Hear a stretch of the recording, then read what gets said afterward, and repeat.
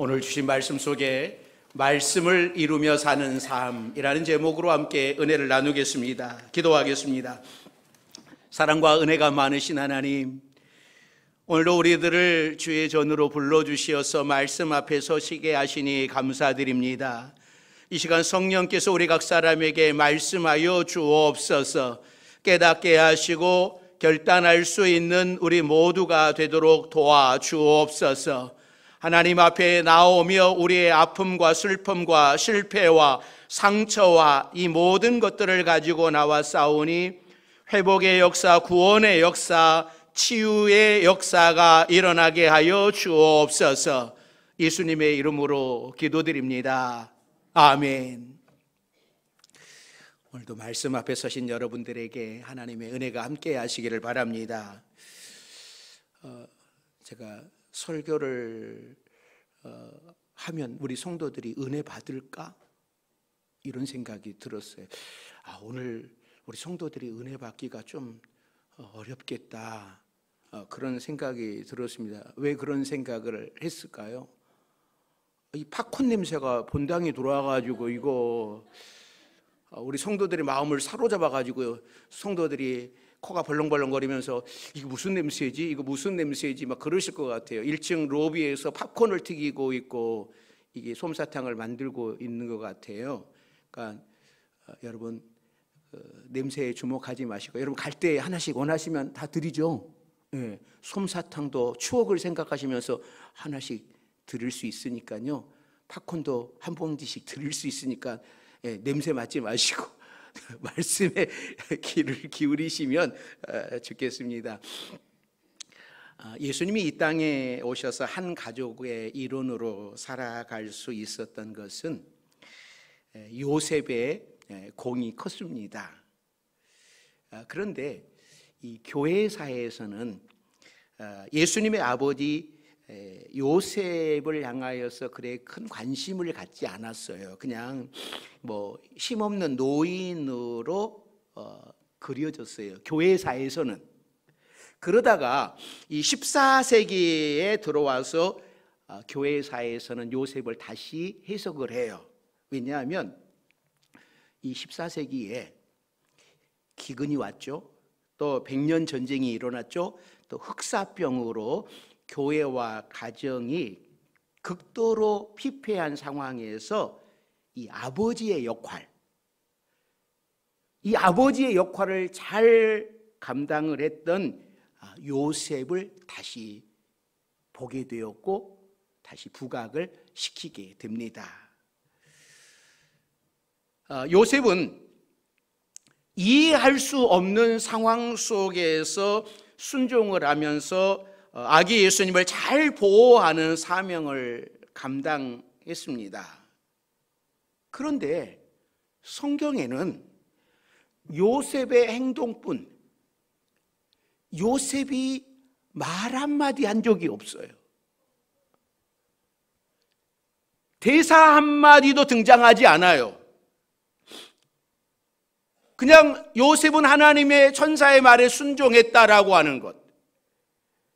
그럼에도 불구하고 성경은 하나님은 요셉을 향하여서 뭐라고 말씀을 하냐면 의로운 사람이었다라고 말씀을 합니다.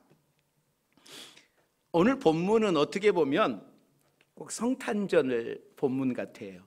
그래서 오늘 본문을 설교를 해야 된다면 동방박사에 대한 이야기를 해야 될 것 같은데, 여러분 오늘 본문은 우리 성탄절에 자주 대하는 본문이에요. 근데 우리가 마태복음을 이제 강해하면서 이 부분 떼고 갈 수는 없잖아요.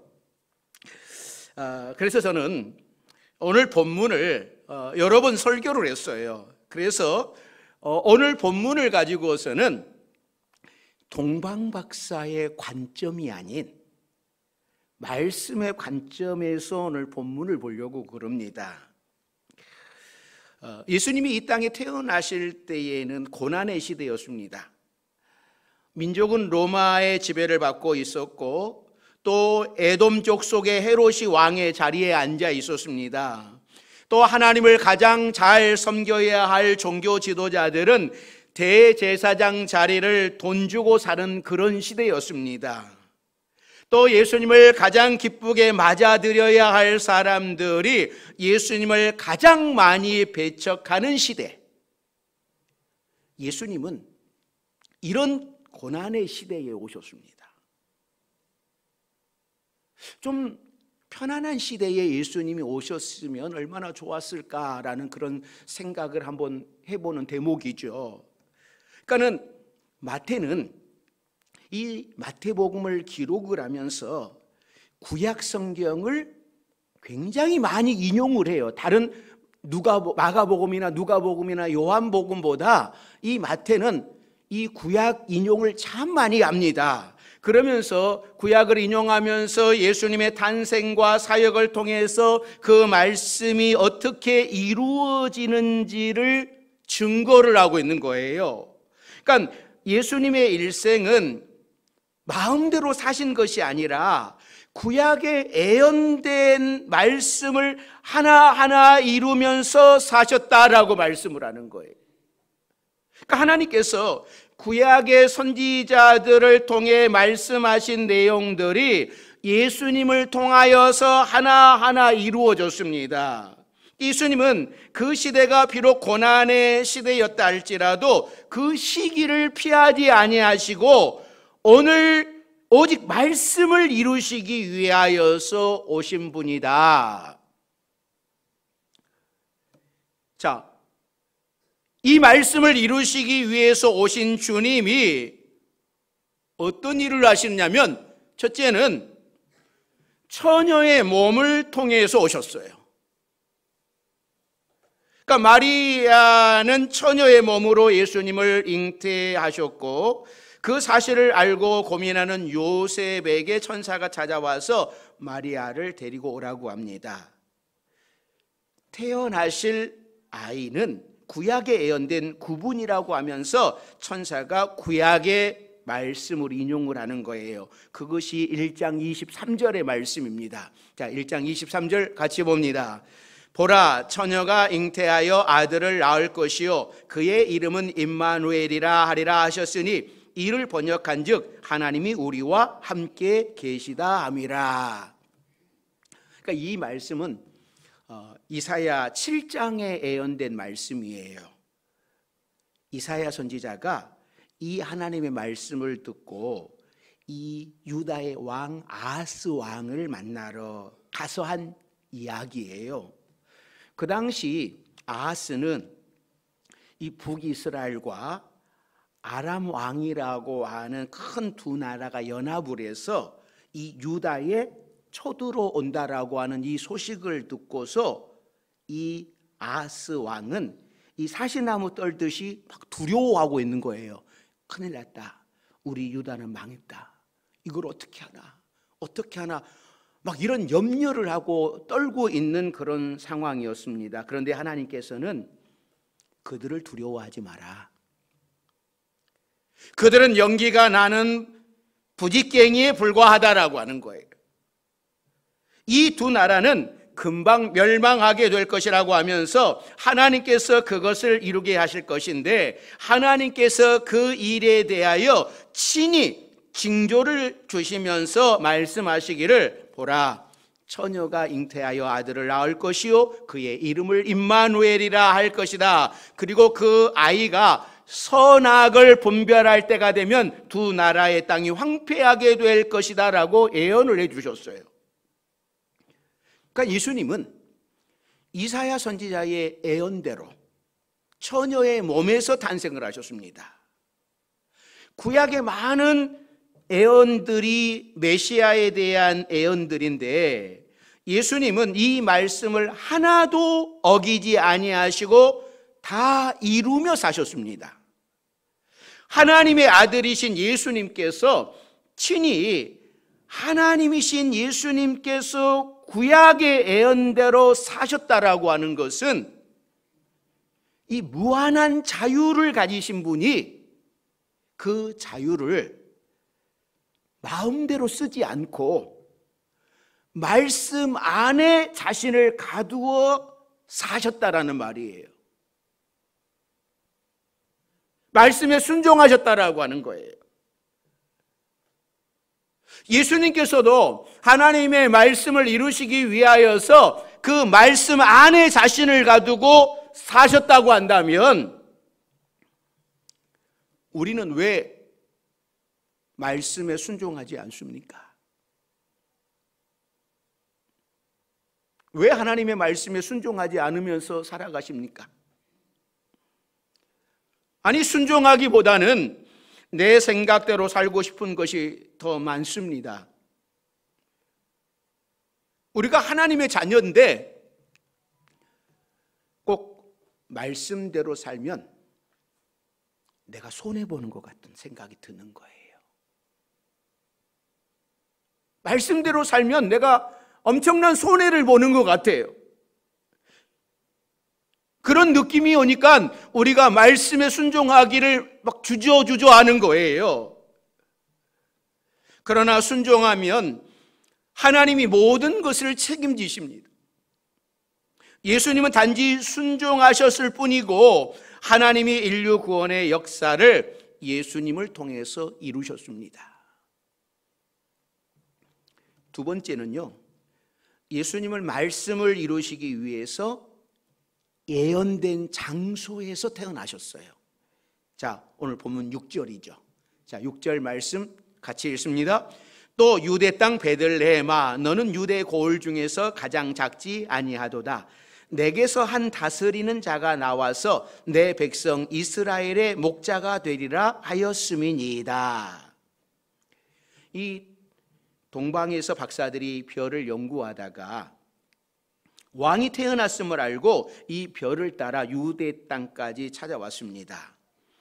이 유대 땅에 들어온 박사들은 당연히 왕이 태어났으면 왕궁, 궁궐에서 태어났을 것을 알고 헤롯을 찾아가서 유대 왕이 어디서 태어났느냐라고 물었습니다. 그러자 심상치 않은 사건임을 깨달은 헤롯이 서기관들을 불러요. 그리고 그리스도가 어디서 나겠느냐라고 묻습니다. 이 질문을 받고 서기관들은 곧바로 그리스도는 베들레헴 땅에서 태어난다고 알려줬습니다. 사실 우리가 이 본문을 읽을 때에 그냥 당연한 사건으로 읽잖아요. 그런데 여기에는 상당한 모순들이 존재해요. 말이 안 되는 사건들이 일어나고 그 이야기들이 오고 가는 거예요. 박사들이 헤롯 왕에게 찾아와가지고 유대인의 왕으로 나신 이가 어디 계시냐라고 묻는데 헤롯은 곧바로 그리스도가 어디서 나겠느냐라고 물어요. 이 말은 헤롯이 그리스도의 탄생을 알아차렸다라고 하는 뜻이잖아요. 그리고 이 서기관들도 헤롯의 질문에 한치의 망설임도 없이 곧바로 대답을 합니다. 미가 선지자의 예언에 의하면 메시아는 베들레헴 땅에서 태어난다고. 사랑하는 성도 여러분, 유대 민족은요, 그동안 끊임없이 메시아를 기다렸습니다. 이 메시아는 히브리어예요.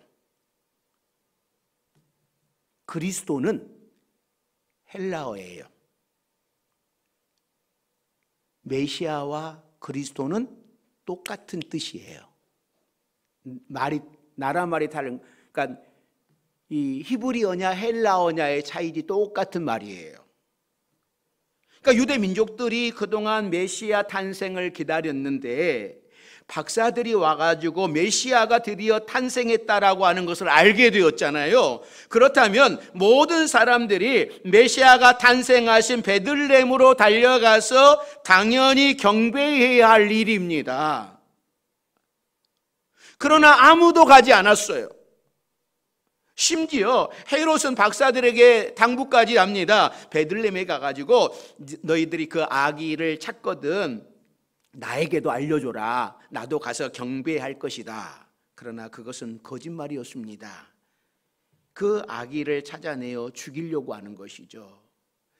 자신의 자리가 위험할까 봐 하나님의 아들 메시아를 죽이려고 했습니다. 하나님은 아기 예수님을 이렇게 위험한 땅으로 보내셨어요. 베들레헴을 비켜서 좀 비밀스러운 장소에서 태어나게 하실 수 있잖아요. 그런데 굳이 베들레헴으로 보내십니다. 그 당시 이 마리아와 요셉이 어디 살고 있었습니까? 지금 마리아와 요셉이 어디 살고 있었어요? 원래는 갈릴리에서 살고 있었잖아요. 갈릴리에. 지금 마리아와 요셉이 갈릴리에 살고 있으니까 당연히 예수님이 거기서 태어나셔도 되는데, 호적하라고 하는 로마 황제의 명령을 빌어서 마리아와 요셉을 선지자가 예언한 베들레헴으로 보내십니다. 선지자가 예언한 말씀을 이루기 위해 그 위험한 상황을 아시면서도 베들레헴까지 보내신 거예요. 만일 하나님께서 헤롯의 관계를 알고 예수님을 베들레헴이 아니라 다른 장소에 태어나게 하셨다면 어떻게 되었을까요? 친히 미가 선지자를 통해서 미리 예언해 두신 말씀이 이루어지지 못하게 되었을 겁니다. 그러면 사람들은 예수님을 메시아가 아니라고 우길 수 있었어요. 아니, 미가 선지자는 베들레헴에 태어난다고 그러는데 갈릴리에 태어났잖아.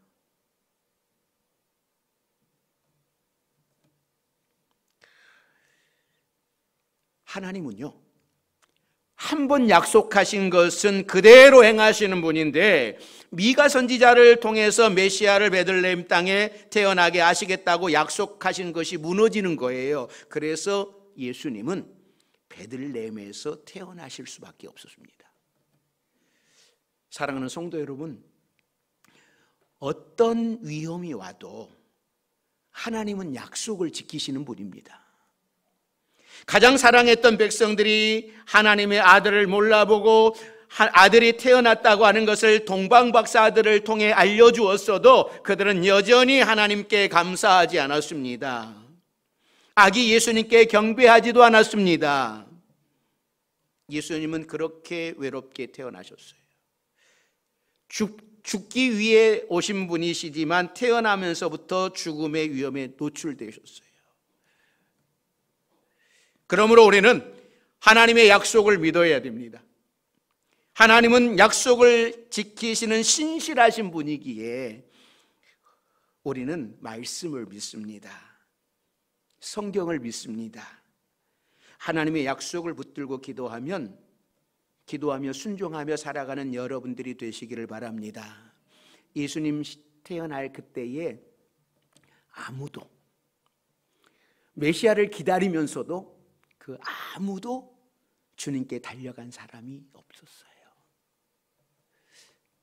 이 시대에는 안 그럴까요? 이 시대에도 아마 그때처럼 똑같이 그러는 그리스도인들이 훨씬 더 많을런지도 몰라요. 우리 주님은 말씀을 이루기 위해서 오셨고 또 베들레헴에서 태어나셨어요. 세 번째는요, 애굽으로 피신한 것도 말씀을 이루기 위함이었습니다. 자, 14절 15절입니다. 2장 14절 15절 같이 읽습니다.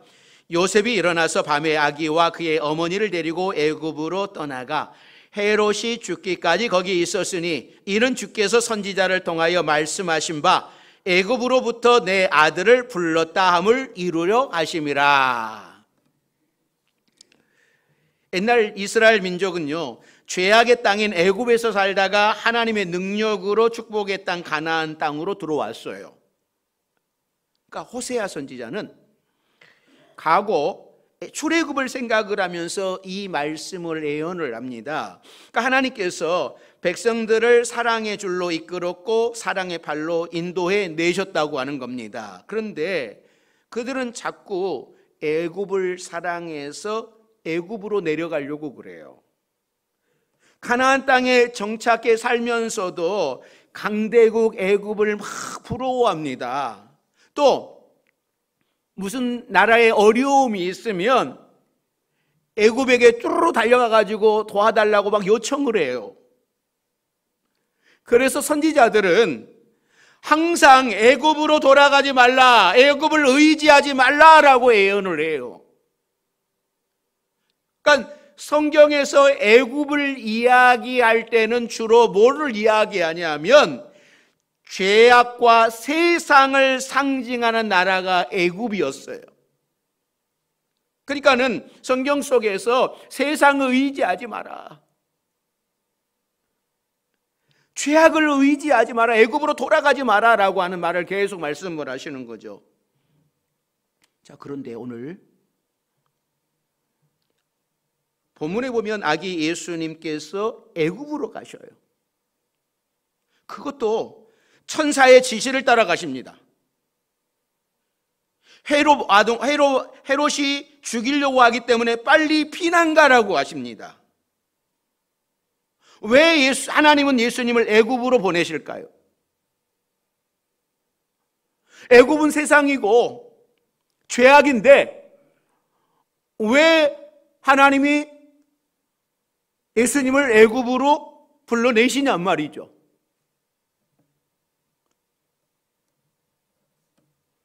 그것은 애굽과 같은 죄악의 땅에 살고 있는 우리들을 구원하기 위해 예수님께서 먼저 애굽으로 내려가시는 거예요. 옛 이스라엘 백성들이 어린 양의 피를 발라 구원을 얻은 것처럼 저와 여러분을 예수님의 피로 구원하시기 위해서 애굽으로 먼저 내려가신 겁니다. 완전한 구원을 이루기 위해 예수님은 애굽에서부터 시작을 하셨어요. 그러니까 마태복음을 쓴 마태는 이 호세아 선지자의 예언이었다라고 기록을 하고 있는 거죠. 그러니까 하나님께서 성경의 예언을 이루시기 위해서 예수님을 애굽으로 보내셨어요. 구원과는 아무런 상관도 없을 것 같은 애굽이었지만 이스라엘 백성들이 거기에서부터 시작했던 것처럼 우리들도 죄악의 땅에서부터 구원하시기 위해 예수님을 그리로 보내신 거예요. 예수님의 일행 3명이 애굽으로 피난 가는 중에 있었던 아름다운 전설이 하나 이렇게 전해오고 있는데요. 그러니까 요셉과 마리아가 아기 예수가 날이 저물어 이제 길을 도망가다가 날이 저물어서 몸이 지쳐 있었죠. 그러다가 마침 동굴을 하나 발견합니다. 그래서 우리 이곳에서 쉬었다 갑시다. 그 밤은 몹시 추워서 하얀 서리가 내렸습니다. 이때 동굴에 살던 작은 거미 한 마리가 어떻게 하면 예수님을 조금이라도 따뜻하게 해드릴 수 있을까 생각을 하다가 내가 할 수 있는 일은 거미줄을 치는 것밖에 없겠다 싶어서 이 동굴 입구에 거미줄을 촘촘하게 쳐서 조금이라도 밖에서 들어오는 이 찬바람을 막아보려고 이 거미가 부지런히 촘촘하게 거미줄을 쳤어요.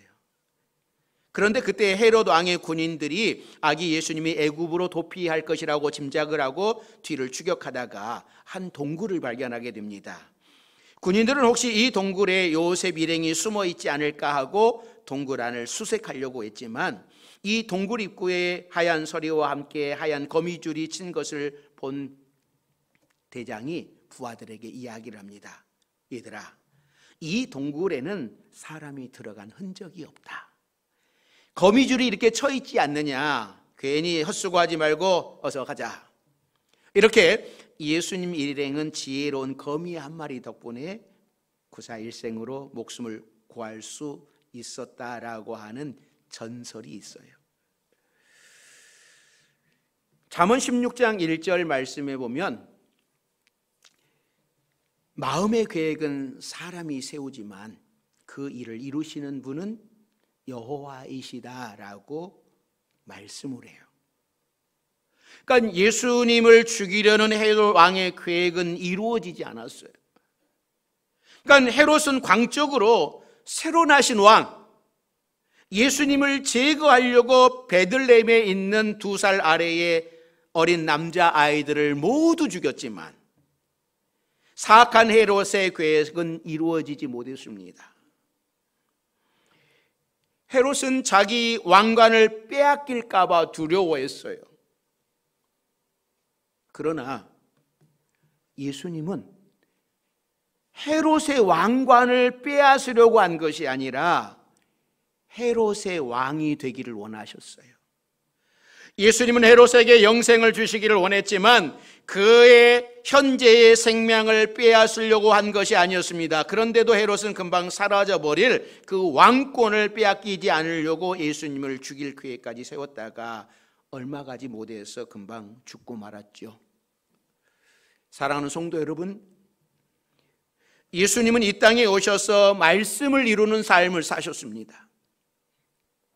자기 계획대로 마음대로 멋대로 살았던 인생이 아니라 오직 말씀을 이루기 위해 말씀에 순종하셨고 하나님의 뜻에 순종하셨고 십자가에 죽기까지 순종함으로 우리의 구원을 이루셨습니다. 예수님이 순종하신 이유는 오직 우리를 구원하기 위하였습니다. 예수님이 순종하셨다면 우리도 말씀 안에서 순종하는 삶을 살아가야 되지 않겠습니까? 예수님은 위험한 시대에 오셨어도 말씀 그대로 순종을 하셨는데 우리는 지금 너무나 편안한 시대를 살아가고 있습니다. 이때 우리가 할 수 있는 것은 순종하기 힘든 일에 순종하는 겁니다. 예수님의 순종을 본받아서 작은 일부터 시작해서 어려운 일까지 하나하나 순종해가는 우리를 통해 하나님께서는 또 다른 구원의 역사를 이루실 겁니다. 그러기에 우리 교회가 해야 할 일이 있는 겁니다. 우리 교회가 세워진 목적이 있는 겁니다. 그것은 오직 하나님의 말씀을 성도들에게 부지런히 가르치는 거예요. 이게 교회가 해야 할 일이고 목사가 해야 할 일입니다.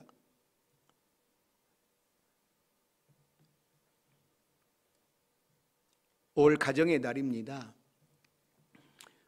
하나님께서 신명기 6장에서 이스라엘 백성들에게 뭐라고 말씀합니까? 이스라엘아 들으라. 내 자녀들에게 말씀을 부지런히 가르치라고 말씀을 하셨습니다. 앉았을 때든지 누웠을 때든지 길을 행할 때든지 부지런히 말씀을 가르치라. 그래야지 자손들이 하나님의 은혜 가운데 살아갈 수 있다. 여러분, 하나님께서 저를 파주 명성교회를 개척하게 하시고 이곳에 교회를 세우신 것은 많은 숫자가 있게 하기 위함도 아니고요, 우리 성도들이 막 복받게 하기 위함도 아니고요, 하나님의 말씀을 우리 성도들에게 부지런히 가르쳐서 우리 성도들이 하나님의 말씀에 순종하는 그리스도인이 되게 하는 거예요. 우리 교회는, 파주 명성교회는 그런 교회가 되어야 됩니다. 오늘 본문에 나오는 예수 그리스도 메시아가 탄생하셨다라고 그래도 아무도 찾아가지 않고 아무도 관심 없는 그런 그리스도인 아니고 하나님의 말씀에 순종하는 그리스도인. 그래서 말씀으로 저는 여러분들을 가르쳐야 할 책임이 있고, 여러분들은 말씀을 부지런히 배워서 말씀에 순종하는 삶을 살아가는 성도가 되어야 되는 겁니다. 이게 교회를 세우신 목적이에요. 하나님께서 여러분을 구원하신 목적이에요. 예수님도 순종하시기, 하나님의 말씀에 순종하시기 위해 오셨어요. 순종하는 삶의 은혜가 있는 겁니다. 순종하는 삶의 축복이 있는 거예요. 이 은혜를 누리며 말씀에 순종하는 우리 성도들로 살아가는 여러분들이 되시기를 바랍니다. 우리는 예수님의 제자예요. 예수님을 따르는 자녀예요. 그러면 우리도 당연히 예수님이 순종하신 것처럼 우리도 말씀 앞에 순종하며 살아가기로 결단하는 우리 모두가 되기를 주의 이름으로 축원합니다. 기도하겠습니다. 사랑과 은혜가 많으신 하나님, 우리 주님께서는 우리에게 신앙의 본을 보여주셨고 삶의 본을 보여주셨습니다. 오늘 본문에서도 하나님의 말씀에 철저하게 순종하셨던 주님, 우리도 주님처럼 하나님의 말씀에 순종하기로 결단하고 순종하기로 목숨을 걸 수 있는 우리 모두가 되게 하여 주옵소서. 예수님의 이름으로 기도드립니다. 아멘.